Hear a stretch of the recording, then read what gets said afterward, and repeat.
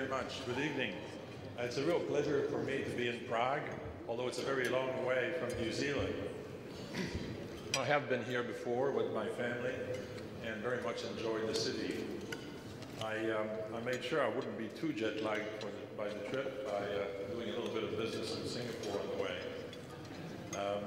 But to my great surprise, after organizing this trip, I was invited to another event, and I'll be back in Europe next month, which is very unusual for me to do such a long travel twice in the space of a few months. It's interesting that you also do a contest on Forecaster of the Year. In New Zealand we also do, and I was asked to put in a few forecasts at the end of my presentation for tonight, and I've done that, but I'm not sure if I'll be as good as my wife, because believe it or not, my wife won the prize of the best forecaster of the year at our forecast dinner in New Zealand.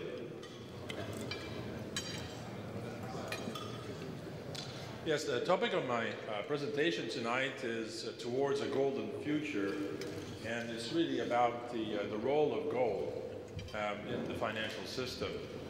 Although it has been sent out of the system, if you like, it remains an important factor, and we'll see how.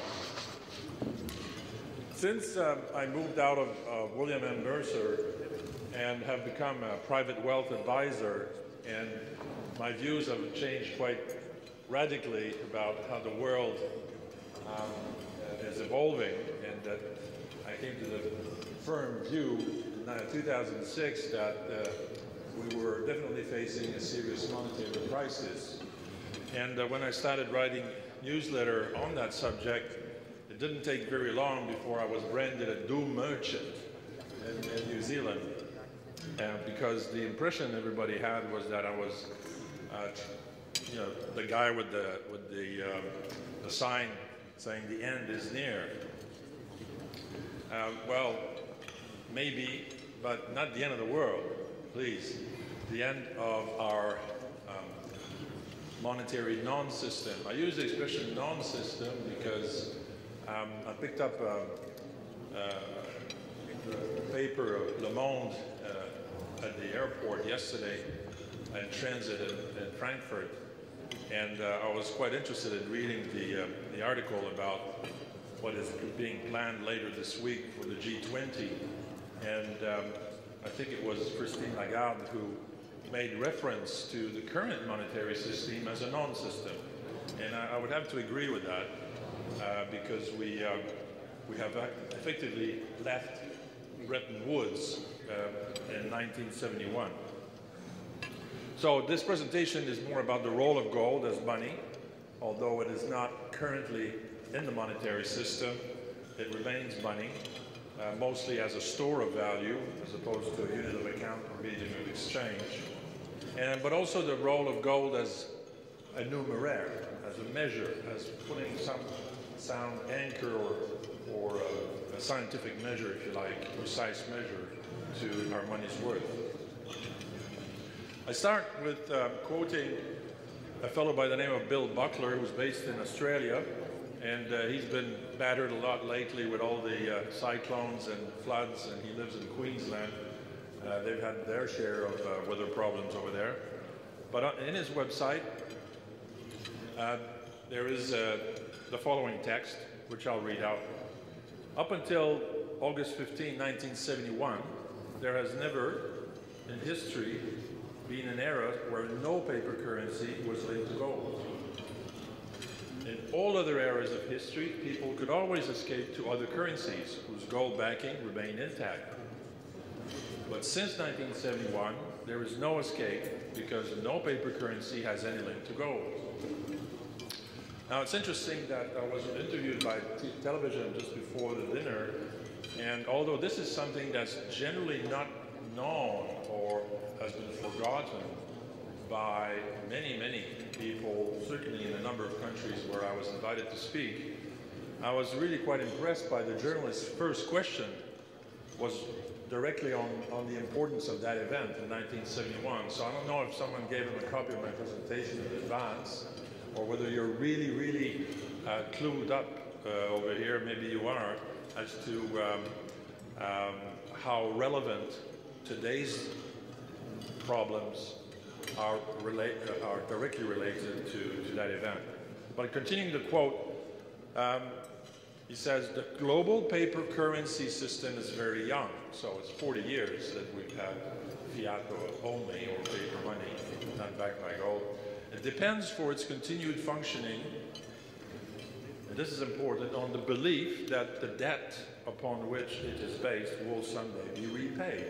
It makes perfect sense, doesn't it? I mean, if the currency of a sovereign nation is no longer redeemable or backed by something like gold, then the value of that currency will ultimately depend on the ability of that state to pay its debt.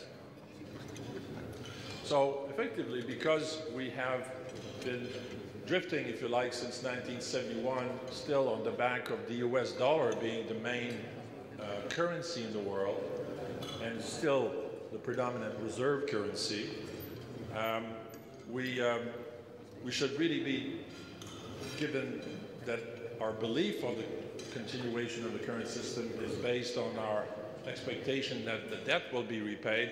Have a good look at the US debt. I think that's the key. And I've put on this slide a few points about the US debt that are all facts. There's nothing made up here, and some might surprise you. The first point is that not a single dollar of the US debt has actually been repaid since 1961. Debt always grows. Therefore, you know, that's an important fact. It just gets rolled over when when a bond treasury reaches maturity.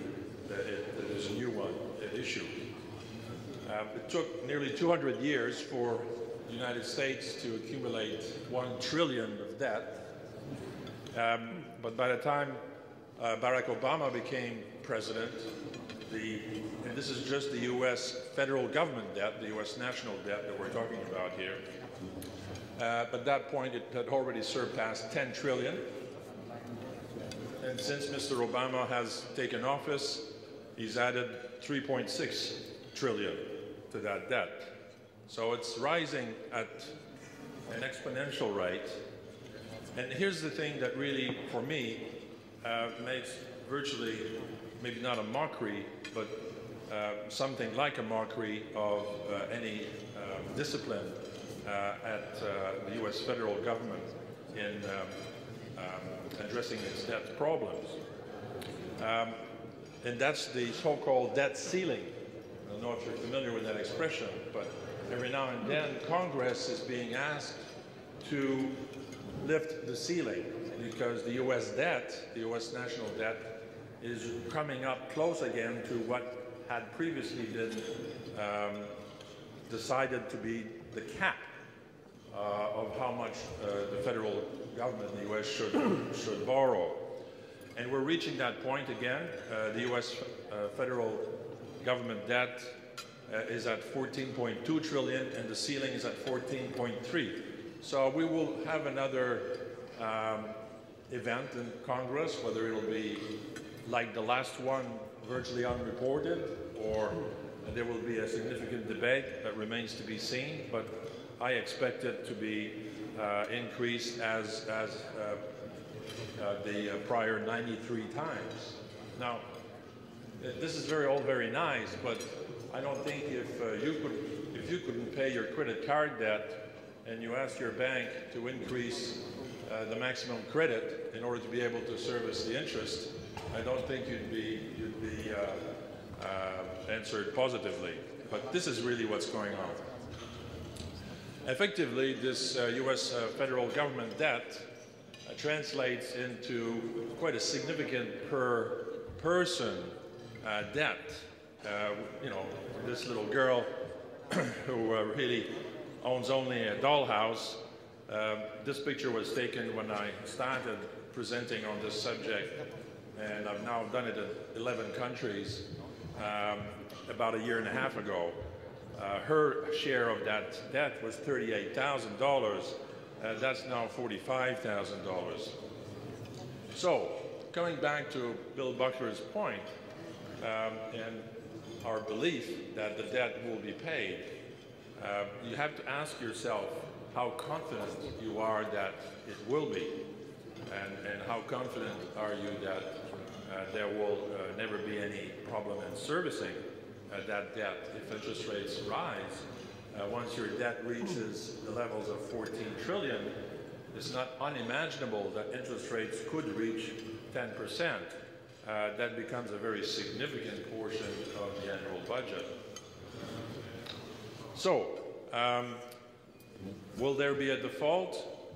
Well, maybe not. Maybe the central bank and Congress will continue to cooperate to inflate the problem away until we have the end of the current monetary system. So what is the role of gold in all of this? My favorite character in this play is Alan Greenspan.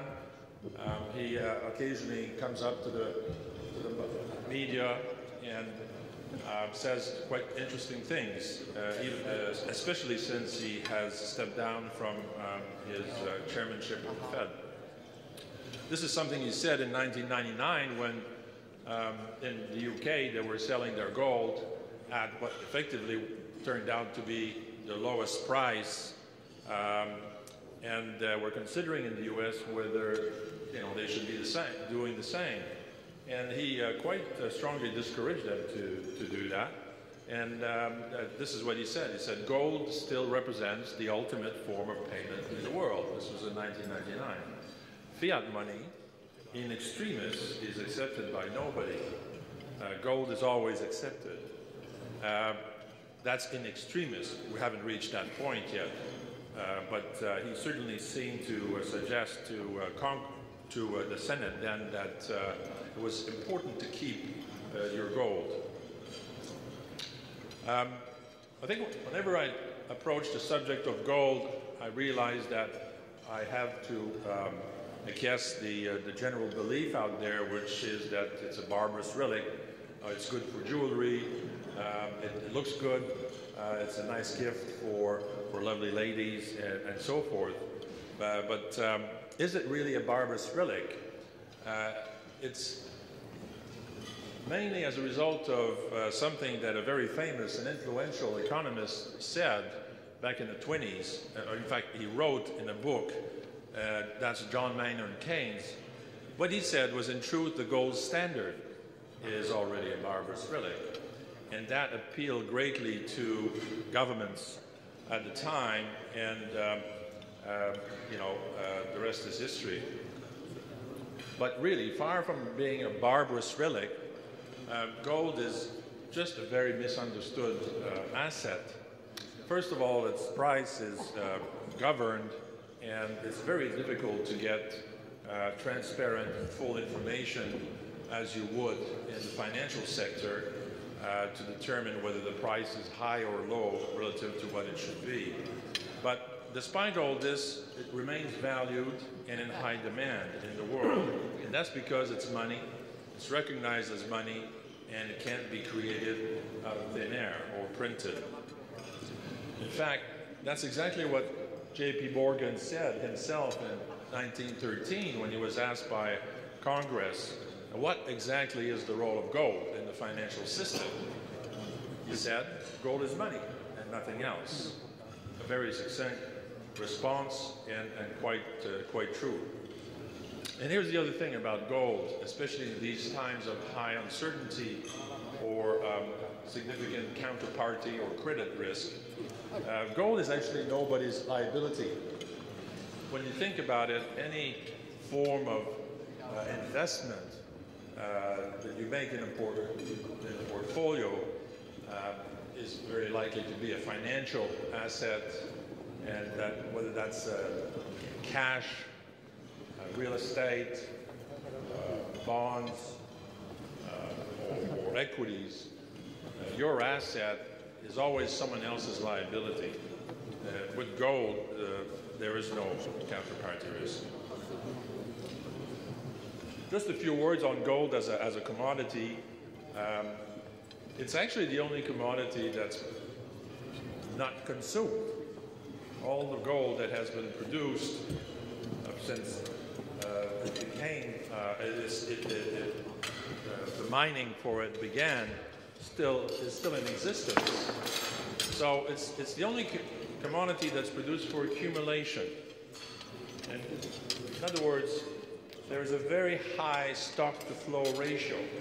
There's about 80 years of production in existence. And if you compare that with any other commodity, it gives gold characteristics that are unique for a commodity to be used as a numéraire or as money.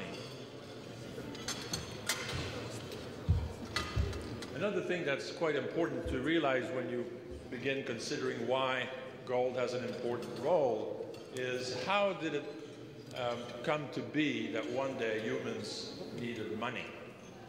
And you have to go and read Carol Menga and others to realize that it's as economic activity became a little bit more elaborate, that individuals had to do something a bit more intelligent than meet, have the exact perfect match with someone to do trade. And all sorts of things were used as intermediate exchange. All sorts of commodities were used as an intermediate exchange. But always, without exception, the outcome was that the best commodity to use as money was gold or silver or both. And that is because, principally, of the salableness of gold. It has the highest salableness of any commodity. And so money came into existence because of human interaction, not because it was declared by law or by state that gold is money.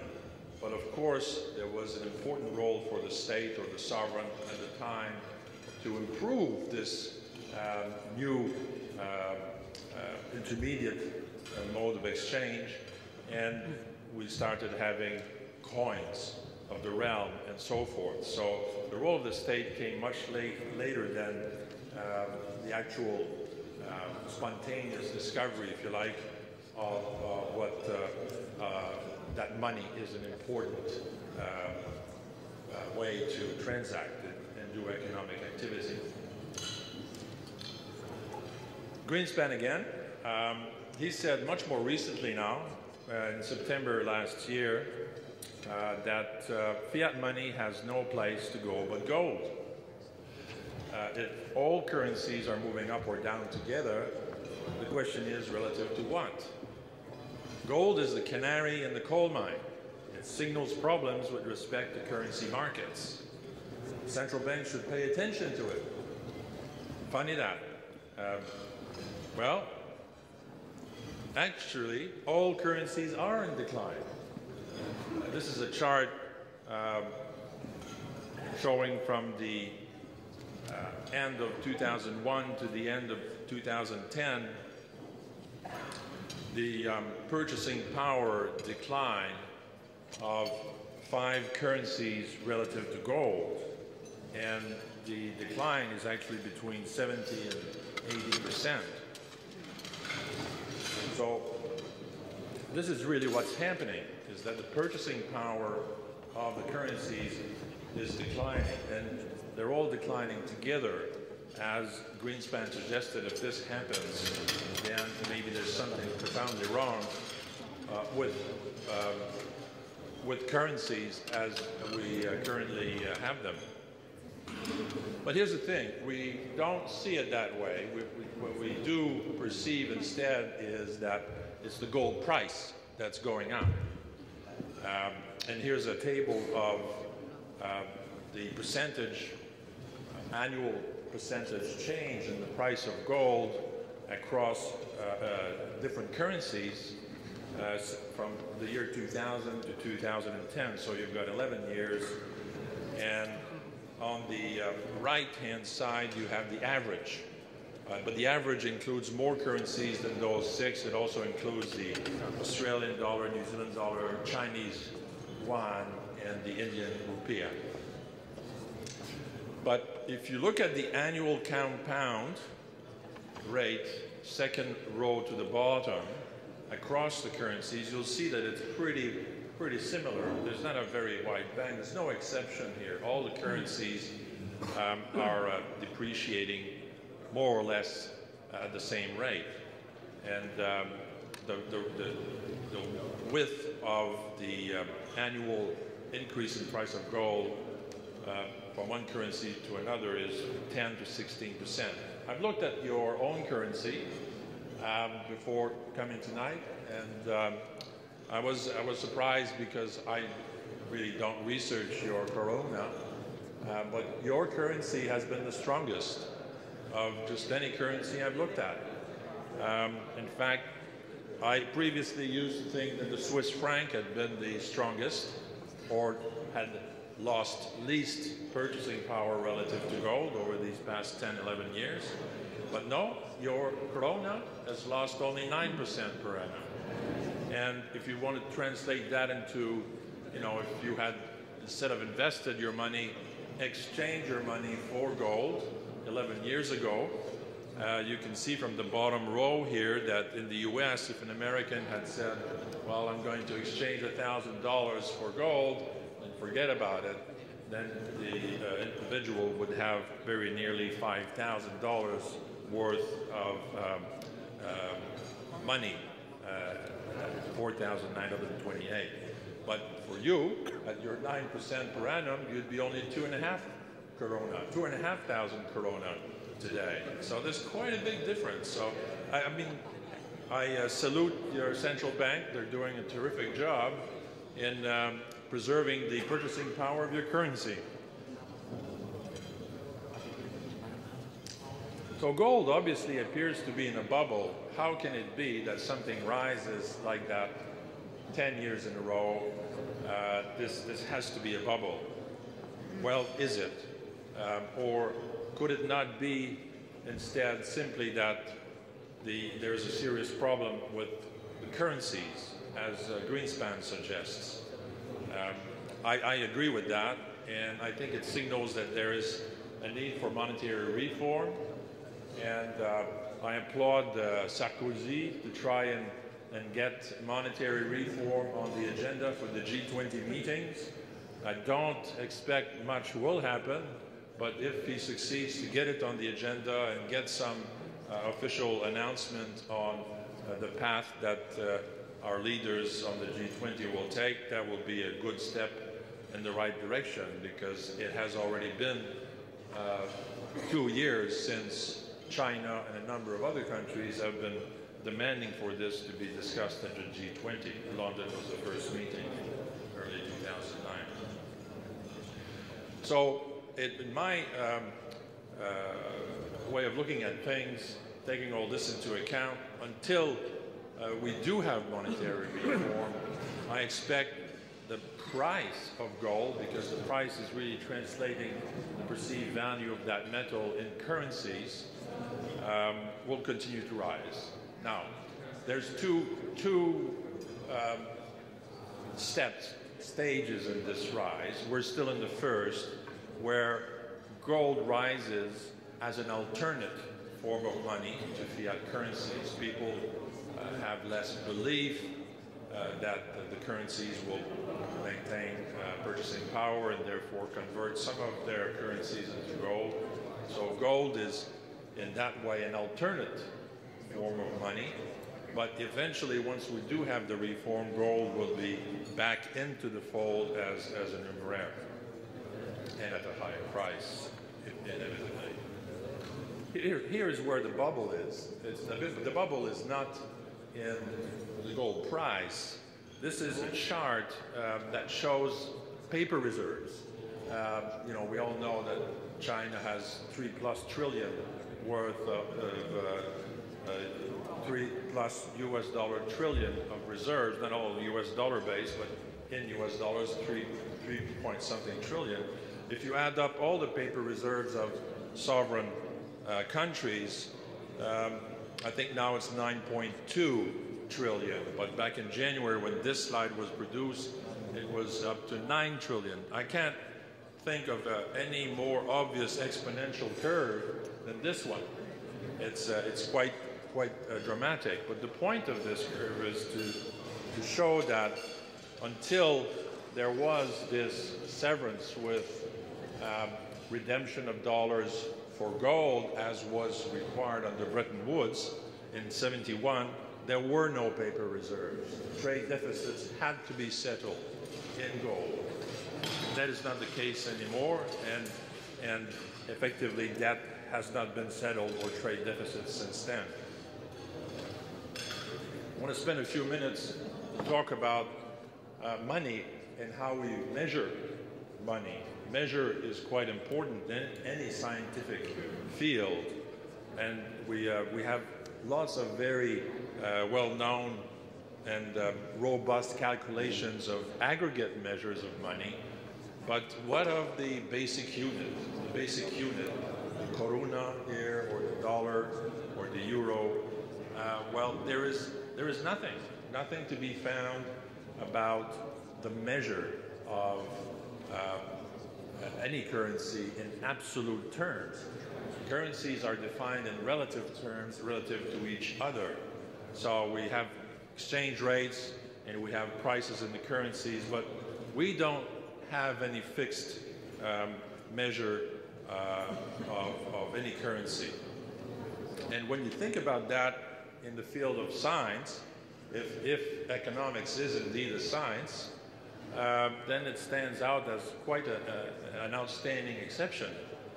Because whether you think of units of measure for weight, length, time, or what have you, there's always a very precise standard of measure that's agreed, and over time there's scientific efforts to improve the precision of that measure. Recently there was an article about the measure for kilogram needs to be changed because it's actually the only remaining standard of measure that is man-made. Most other scientific measures are based on much more precise mechanisms, and so it was considered inappropriate that the kilogram was potentially this bar of platinum and iridium, I can't recall precisely, that's kept, I believe, in Paris. It was losing some mass, and they had to redefine the standard of measure because it was unacceptable that it wasn't remaining perfectly constant. Well, in economics, everything we measure as part of GDP or any economic activity has its value determined in the fiat currency, and fiat money floats relative to each other, and there is no precise measure. In fact, the measure is quite elastic, to use an economic term. So, some final thoughts before I convey to you some of my forecasts. I think that the crisis is far from over, because what is at the root of the crisis that began in 2007 is really 40 years in the making, since what I unreservedly call a default of the U.S. on a very great obligation they had to honor any request under Bretton Woods from other countries to redeem their U.S. dollar reserves for gold at $35 an ounce. You know, this was a great privilege the U.S. had to have their national currency, the only in the world that was redeemable in gold, and therefore the reserve currency, and therefore the currency in which many commodities had to be sold and bought. So that privilege came with a huge responsibility, and unfortunately this came to an end in 1971. So gold has effectively been exiled from the system, but it is gradually making a comeback, which I find is very, very positive. So, a few forecasts now. I don't know if my wife would be making the same forecast as me, but I doubt that you'll invite me next year to come and justify why I got it wrong. Hopefully that I won't be that wrong. But I think now, although we can spend a lot of time doing fundamental analysis, which we all like as CFA charter holders in particular, what matters most, in my opinion now, is really what governments and central banks will do. They have become formidable interventionists, or certainly have a great impact on what happens on in the markets as a result of the beginning of the crisis and how they've been behaving since then. I expect central banks will continue to inflate the money supply beyond what we can imagine, with more quantitative easing or new tricks that we don't know about yet. I never cease to be amazed with new tricks from the central banks, especially since 2008. And it's not a criticism in a sense of central banks. That's what they have to do. That's what they have to do, and they're doing a great job to try and maintain the existing monetary system in place. But inevitably, it will need to be reformed, and ultimately, money will be repriced. I don't expect that to happen in 2011, probably not even for a good 5 years. So this forecast is just for the next year. What do I expect will be going up? Conflicts. In fact, these two pages going up, next page is going down, are pretty much exactly the same as what I put up at a presentation I gave in Melbourne, Australia in November.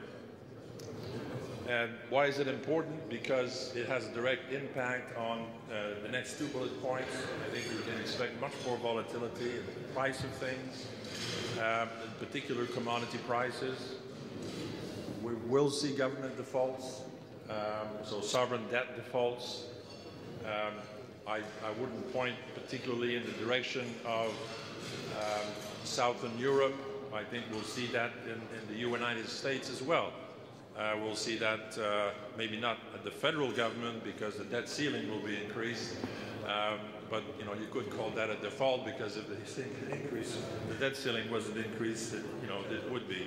But no, at that state level, the municipal level, the picture is terrible. Unemployment will increase, geopolitical dislocation. You can sense that whenever the leaders meet, there's less agreement to move in a certain direction than there ever was. And I expect that private and official gold ownership will increase. Central banks have become net buyers of gold last year after being net sellers for the best part of, if not 20 years, close to 20 years. I find that most interesting, especially since it's happening at a time when the price is the highest it's ever been. And central banks don't normally make tactical decisions, so I expect that to continue. Going down, I think the U.S. wealth in particular, there will be many defaults, and there will be a lot of wealth lost in the U.S. this year. Law and order, we're seeing some of that in around the world. Globalization, I think that's pretty clear. We have more and more bilateral agreements. China and Russia bypassing the requirement to buy commodities in U.S. dollars by agreeing to trade in their own currencies, and a number of other countries are doing that. I expect fiat currencies to continue going down.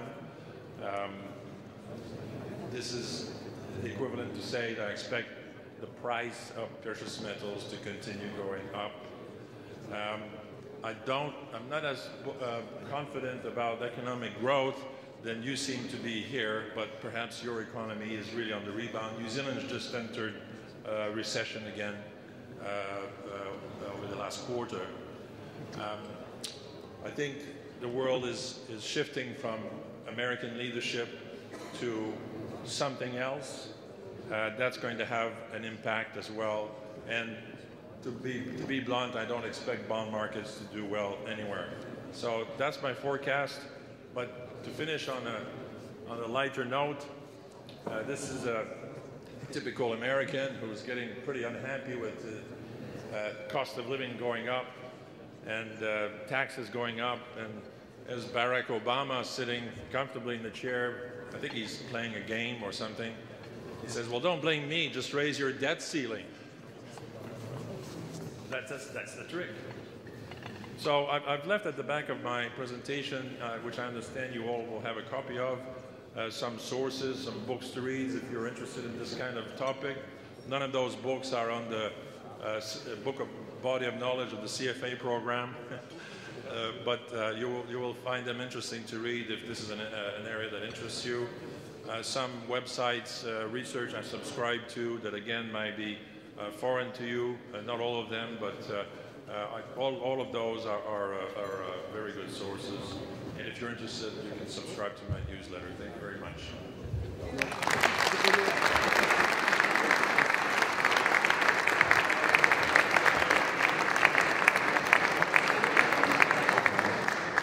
Stay for questions? Okay. Well, I'm happy to take questions.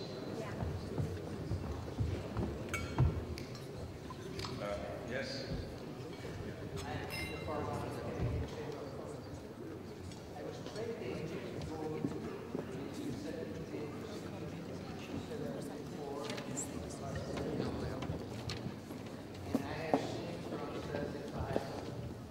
Not really $35, it was before 1971, but the time ended in 100 or 190 within several years. After the drop down again and went to 800. What I wanted to ask you, are you suggesting that golden standard will return? I personally have no doubt that something like the gold standard will return eventually. But there's gold standard and there's gold standard. I think the gold standard that seems to be advocated by Zerlich was the first in the established world, the World Bank is where it is, to mention that it may be a good idea to think of going back to the gold standard. A number of others have mentioned it since, including Greenspan, I think a couple of weeks ago. But the gold standard they have in mind is a gold standard where the gold is in the hands of the central banks, as opposed to a gold standard which Professor Fekete would call an unadulterated gold standard, where money is redeemable in gold, but the mint is open for people to bring their gold to be coined in the coin of the realm, and the clearing system of the gold standard, which we seem to have absolutely no knowledge of today, the real bills, which basically were behind the strength of the gold standard in the British Empire days, because the British Empire only had 150 tons of gold to run their empire around the world. So it's a very complex subject, and it requires a lot of change to the way the monetary system operates today. So I don't expect a return to the gold standard anytime soon. What I think we'll see is intermediate steps of perhaps, for example, having a new reserve currency, global reserve currency, where it's no longer at the US dollar, but something that will be made up of a basket, and gold will be part of that, and so on and so forth. I think that's what we'll see. Second question, if I may. You were talking about the debt of the United States, and you mentioned that because of the enormous amount of debt, it means that interest rate in the United States really cannot go up, right? Because to pay the debt will be increasing enormously, indicates that in the United States that prime rate will go up. Well, again, with the tricks of the central banks, this can be delayed for a very long time. And this is what we see now. I mean, the Federal Reserve is now the biggest owner of U.S. debt. They own more of U.S. treasuries than the Chinese or the Japanese or the oil-producing countries. And this could continue on. So they can certainly affect, with their tools, the rise in the long rates much more than we can imagine. But I nevertheless expect that they will not be able to keep them down. So it will be a very managed increase. The 30-year bond bull market is dead. Thank you very much.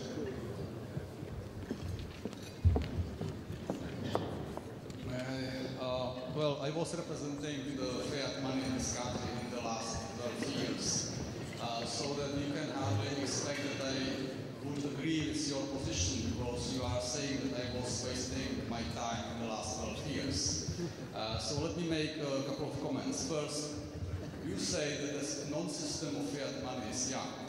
Fine, I agree. But it doesn't mean that when something is young, that it's wrong. Certainly cars, airplanes, they are young, and still I don't think that we will cease use them. The second point, you pointed to the previous decade, 2000 and until 2010.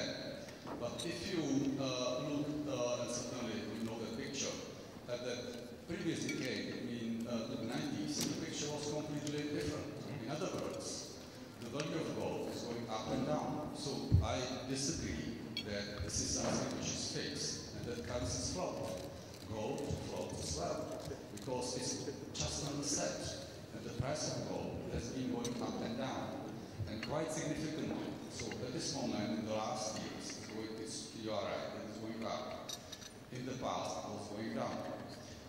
So I don't understand your point, but you said this is something which is fixed, because that's also floating as well as the value of currencies. And in my opinion, you failed to describe how the system of gold standard or some kind of gold standard would work.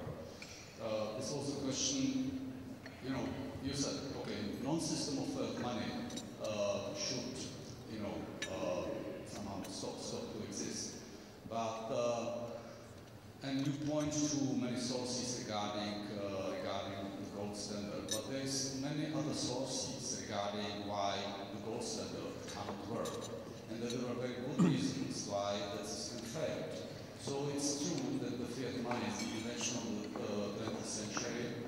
Maybe there will be something new in the future, but I'm very skeptical about your position regarding the gold standard.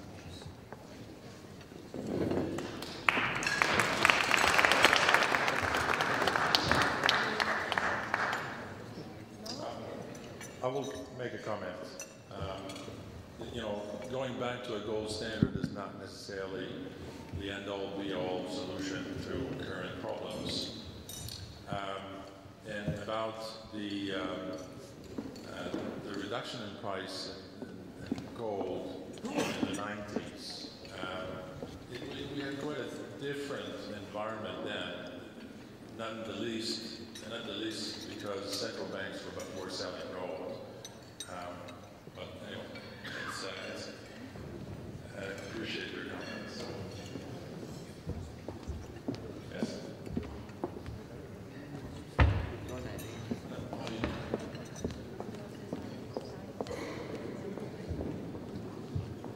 Thank you very much. Unlike my previous boss, Zdeněk Tuma, I have a little bit more tolerance for considering the role of the gold. And obviously you are right that current surge in the price of gold is a reflection of the fact that people, after many, many years, desperately need inflation insurance. That's why they turn back to the gold. But at the same time, just trying to work out any idea of comeback of gold to monetary system, you would end up with the system where the gold is not the key component, but the key components are fixed exchange rate.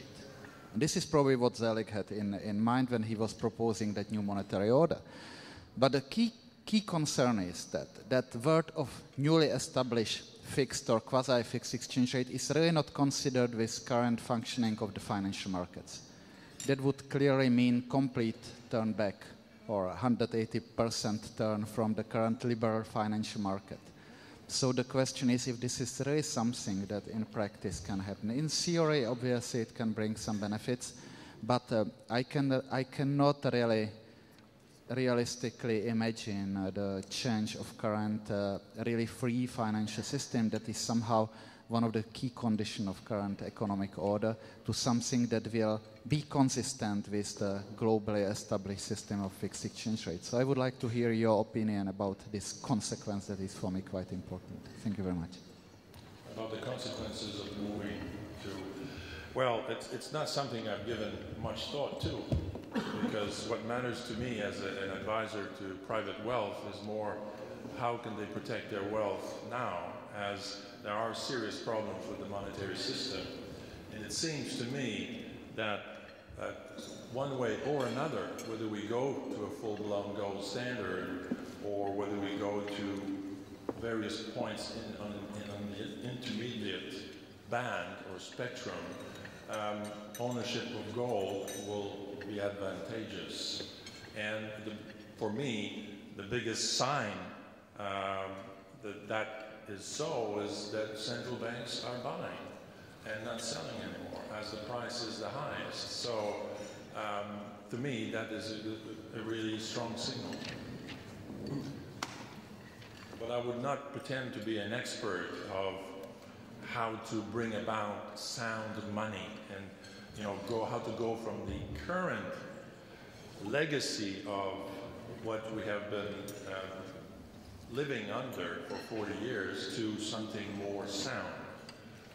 That is up to more scholarly work than my work. My work is to help clients preserve their wealth in the meantime. Any other questions? Thank you very much.